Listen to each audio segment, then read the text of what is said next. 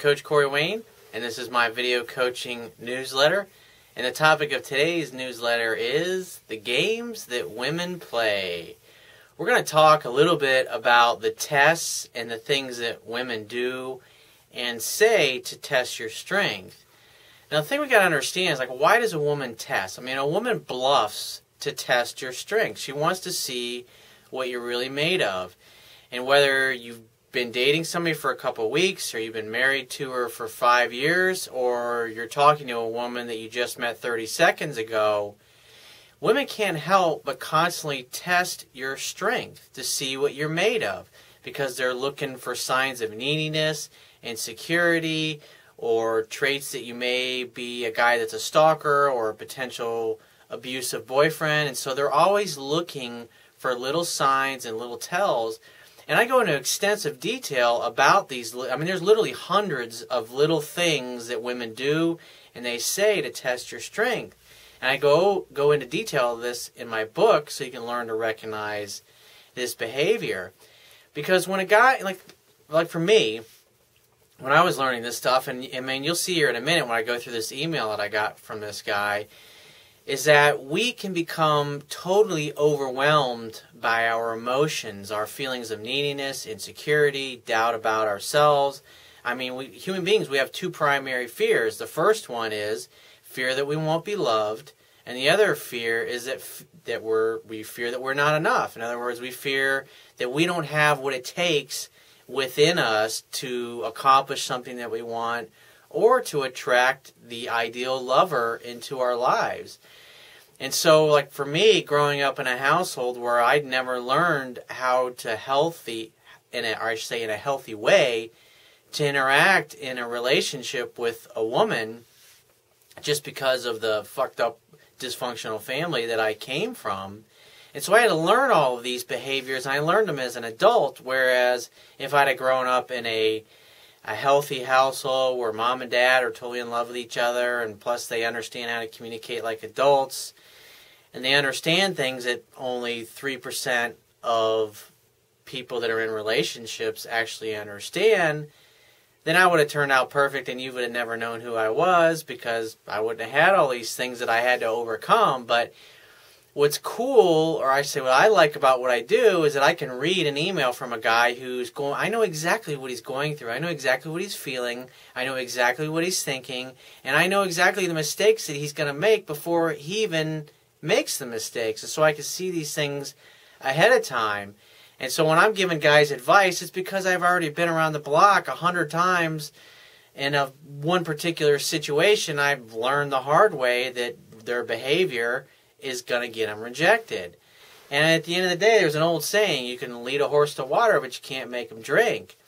And so what happens a lot of times is that, especially when a guy starts using the things I teach, is he might be okay for the first few weeks, and then things start going well, and they go better than they've ever gone with a woman. And what do? I just throw everything right out the window that got them to that point, that made them successful, and they go right back to the bad behavior that has always gotten them rejected in the past. And so even though they may have done everything right for the first few weeks of dating a woman, if they go back to their old behavior, then even though she may have been falling for him, eventually she's going to reject him. And that's what you can see here in this email that I got. It's quite long. I'm not going to be able to get through all of it, but I do have it on the web page. So if you're watching this video on YouTube and you want to see how to get the original article, just Google Corey Wayne, the games women play, and the original article will come up. But this particular guy, this is his third email in about the past month and a half, and this is not the ideal situation. He's basically been having an affair with a woman who lives with her boyfriend. But, the last email that I got, she was talking about resolving and ending her relationship with the guy that she lives with, and taking things a little further with the guy that's been writing me. But instead he started chasing her and pursuing her again, and this is what he did to get rejected initially. And then he listened to my advice, he backed off, then she came back, she started chasing him, they started going out sleeping together again. But then he went right back to the old bad programming, the old bad behavior, and now she's basically told him that they're just going to be colleagues because apparently I guess they're both getting transferred into the same department, so they're going to be working together now. And so he says, "Hey Corey, office affair guy here. Since your last video, be mindful of your thoughts. Only negative things have gone down between my coworker and I. As I mentioned in my previous email, I'm about to start working with her in the same department next Thursday.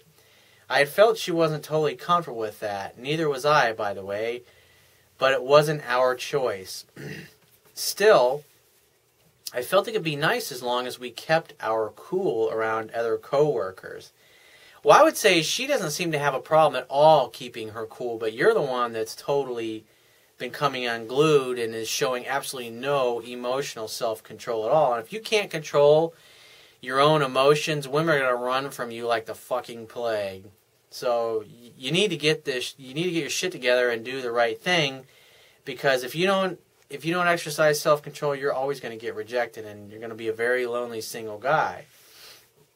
It's been 2 weeks since our last encounter. This was when she turned down sex from the start. Actually, what happened was you brought it up and you went along with it instead of being... Remember, women bluff to test your strength.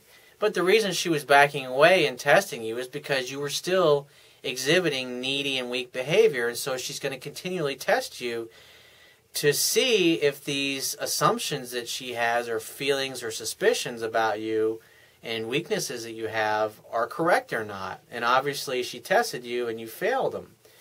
So we did see each other over lunch last week on Thursday. Why are you going to lunch? I mean, the idea is if you want to be treated like a friend, then do things a friend would do. Go to the movies, go to lunch, talk on the phone and chat all the time. You want to get put in friendship zone, that's the quickest way to do it. If you want to remain her lover, then you only do things that her lover would do. Meeting her out for drinks and then going back to your place. That's what you've always done.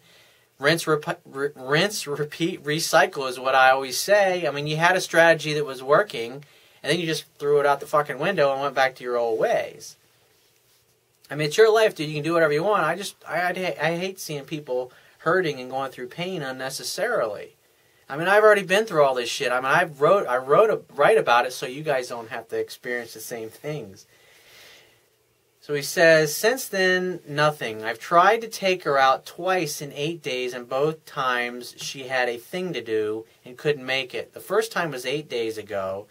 The last time was on Wednesday, so 3 days ago. So here's the thing. It's like, why would you start chasing her again? Normally when you start dating a woman, you call her once a week. And then after about the third or fourth week in, she will have started calling you and texting you and initiating contact. So, I mean, at that point, if she's calling you and texting you 2-3 times a week, you don't even have to call her to ask her out on a date. And normally, what would happen is then you just keep setting more dates. Well, in this particular case, you had her chasing you in the beginning, and then you started trying to force things to happen, trying to force her to get rid of her boyfriend, and then she pushed you away. And then I told you to back off and not do anything at all, and just wait because she was breaking dates. And so, this is a special case. You shouldn't be contacting this girl at all, because she lives with her boyfriend, dude. You don't want to be calling and texting her, hey, what's happening? And she's hanging out with her boyfriend or whatever. It's just you let her come to you at her own pace. It was working, and so why'd you stop doing what was working? I mean, the definition of insanity is doing the same thing over and over again and expecting a different result. So when she turned me down 8 days ago, she sent me an email since I wasn't reachable otherwise saying, I can't make it this time, but we'll do it again soon. Notice that she didn't bring up a specific day to do it. I talk about that in my book as well. We're going to be working in the same office soon, so we better get used to the idea we're just colleagues. In other words, we're just friends now. I respond to that by saying, just colleagues, huh? That statement is seeking her approval. She said, well, yeah, we're going to be in the same office now. I did the mistake of reading too much into it. So I told her she seemed to be strangely busy these past few weeks, and that if she didn't want us to see each other anymore, she should tell me now so I don't waste my time asking her out anymore. You shouldn't be asking her out anymore because you should be waiting for her to call you, but you stopped doing that. So this is pathetically weak. What's happening is she's not doing what you want, and now you're trying to force things. You're trying to gain certainty of where you stand with her because she's backed off, and you went right back to your old pattern of doing things that don't work. Her response, okay, we're not seeing each other anymore. Oh, we're going to be colleagues now. He says, dude, what the fuck? Can she stop playing games and communicate like an adult? He says, so I tell her that in a nice way. She responds, yes, it would be easier than having 2 boyfriends. No. In other words, what she's basically saying to you is, since you can't keep your cool, therefore it's probably best that we don't see each other because we're going to be working together in the same department, and more than likely, since you can't keep your cool, you're going to end up causing a scene or a real problem for us at work because you have no emotional self-control. So it's best just to end it. You know, just a few weeks ago, she was talking about getting rid of her boyfriend so you guys could spend more time together, and now the affair is over. I mean, that's how quickly things can change, but that's what happens when you act needy and you... I mean, the bottom line is if you violate the principles I teach you, I can predict by 99.9% certainty of what's going to happen. But it's your life. So he says, to sort of make her jealous, I know, it was being weak, I told her that I hope my intuition with the other woman was right. She jumped right on it, asking me who I was talking about. I told her none of your business. She then said, oh, okay, well, I see. I wish you all the best, and immediately disconnected from the chat. I mean, dude, it's like, grade school's over, man. Grow up. It's time to start acting like an adult. You're basically, I can't get you to do what I want, so I'm going to create an imaginary lover and try to make you jealous so you'll do what I want because you're afraid you're going to lose me to this other imaginary lover. I mean, dude, seriously, grade school's over. A few days pass and I haven't been at the office, so our only way to communicate is via email or chat. And on Wednesday, I sent her a fun-filled email. Again, you're still chasing. You've been rejected twice, and now you're trying to ask her out on a 3rd date, saying we should meet and talk and rekindle our fun ways after what happened. I told her that I would be at X place at 7:30 and I'd be waiting for her in front of the subway. I made sure not to connect on the chat because I didn't want to give her the chance to blow me off again by chat. I saw she was online, so she did read my email. I'm 100% sure of it. Really? So I show up at 7:30. I wait for a half hour. She was a no-show. And she didn't even send me an email saying she couldn't make it, even though she knew for a fact I was going to be there waiting like an asshole. We haven't talked since, and frankly, I feel super disrespected by her no-show. It's a first for me, and it's unforgivable as far as I'm concerned. I mean, here's the deal, dude. I mean, you set a date. You sent her an email and just disconnected from chat, basically trying to force her to meet you. I mean, that doesn't work. And you got rejected, and you deserve to get rejected. You deserve to get stood up because you didn't have a definite date. When you ask a girl on a date, you invite her, hey, would you like to go such and such place? And she's either going to say yes or no. But in this case, you're trying to force her to, because she's not doing what you want, so you're trying to force it, and you got rejected. And so at this point, I mean, like I said, don't call her, don't text her, don't do anything. You're going to be working together starting this week. And so just act like nothing has happened. It's not a big deal. I mean, she put you back in friendship zone. And so until she calls you or emails you and tells you otherwise, you should be dating and meeting as many new women as possible and practicing the things that I teach. And if she does call you or text you, set up a simple time to meet together for some drinks so it can end up back at your place. And if she doesn't want to go and do the kinds of things that you always used to do, just say, hey, I'm not interested in that. I'm not interested in being your male girlfriend. If you want to hang out and have a good time, give me a call. I'd love to see you. I'd love to hang out, hook up, whatever. And that's the best way to handle it. So go, I mean, at this point, it's pretty, I doubt whether you're going to hear from her again, but she's obviously pretty unhappy in her relationship, so you never know. But you've acted so weak and needy at this point, I mean, you might not hear from her again in that respect, but I guarantee you if you continue to pursue her, you'll get rejected 100% and she'll lose all respect for you, and that means you'll have absolutely no chance at all.